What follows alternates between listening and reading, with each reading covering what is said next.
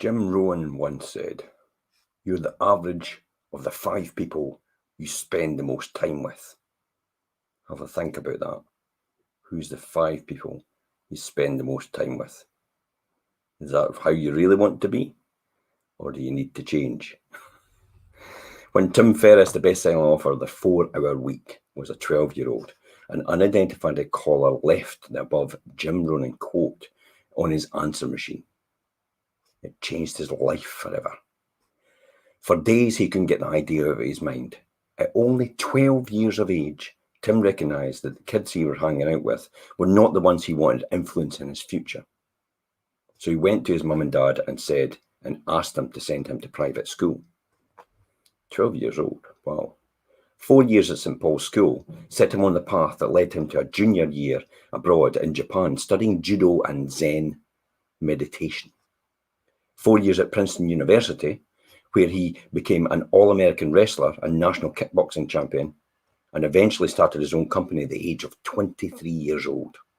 Tim knew that every parent intuitively knows that we become like the people we hang out with. Remember when you're always told by your parents, don't go around with them because it'll rub off on you? Well, it does. And for me, if I look back all my life and the things that have happened in a positive way and things that have happened in a not so positive way, I kind of think it was all about the people you hung out with. Not to blame them, it's to blame me for hanging about with them. Morning, Julie. Why else are parents telling their kids that they don't want them to hang out with those kids? It's because they know it's because we know that kids and adults become like the people they hang out with the most. And that's why it's so important to spend time with the people you want to become like. If you want to be more successful, you have to start hanging out with more successful people. It's that simple.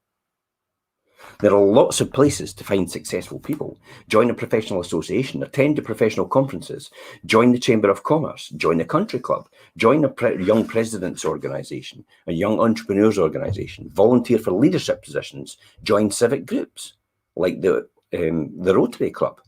Volunteer to serve other leaders in your church, your temple, or even your mosque. Attend lectures, courses, seminars, clinics, camps, and retreats taught by those who have already achieved what you actually want to achieve. Fly first class or business class wherever you can. Morning, Jim. Remember, you become like the people you spend the most time with. You have to realise that. So pay any price to stay in the presence of extraordinary people. John Asphalt, a successful entrepreneur who's seemingly done it all, including travelling the world for a year in his 20s, owned an operating franchise company whose annual real estate revenues topped $3 billion. Wow, can't even comprehend that figure. And helping to build an internet virtual tour pioneered bamboo.com.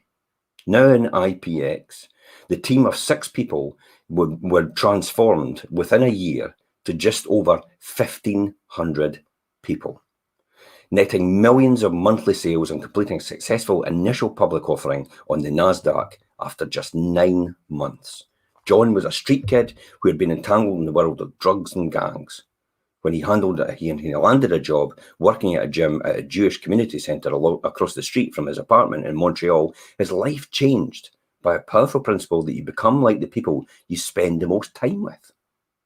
In addition to earning $1.65 an hour, he received access to the Men's Health Club as part of his deal. John recounts that he got his early education in the business in the men's sauna. You know, every night after work at 9:15 to 10 p.m, you'd find him in the steamy hot room listening to successful businessmen tell their tales of success and failures. And he started to learn from it. Many of the successful men were immigrants who had come to Canada to stake their claim. And John was fascinated about how much their setbacks and as by their successes as well. The stories of what went wrong with their business and families and their health gave him inspiration because his own family was experiencing tremendous challenges and difficulties, and John learned it was normal to have these challenges. It's perfectly normal. Everybody goes through them, including me. You just have to understand it's normal. Often people just give up before the finish line. The other families also went through similar crises and still made it to the top. It's a debate whether it's their top or no. I think you just keep climbing. These successful people taught John to never give up on his dreams, no matter what the failure, they told him. Try another way. Try going up and over. Go around, go through, but never give up. There's always a way to get through it. John also learned from these successful men that it takes no difference the way you're born, your race, your colour, or how old you are, or where you come from, a rich family or a poor family. Many of the men in the sauna spoke broken English. Some were single and some were divorced, and some were happily married and some were not, and some were healthy and wealthy, and some were in terrible shape. And some had college degrees and some didn't. Some hadn't even been to high school. For the first time, John realised that success was not just reserved for those born into well-to-do families without challenges, and to whom every advantage has been given. He realised that no matter what the conditions in your life, you could build a life of success. He was in the presence of men from all walks of life who had done it and freely shared their wisdom and experience with him. So every night, John attended his own private business school in a sauna in a Jewish community centre. You too need to be surrounded with those successful people who have done it. You all need to be surrounded with them in the positive attitude, the solution-orientated life approach. People who know that they can accomplish whatever they want to do and set out to do. So Vince Lombardi, now who was he? The head coach of the Green Bay Packers, and led them to 6 division titles and 5 NFL championships and 2 Super Bowls. He said, confidence is contagious, but so is lack of confidence. And we'll talk more about that tomorrow.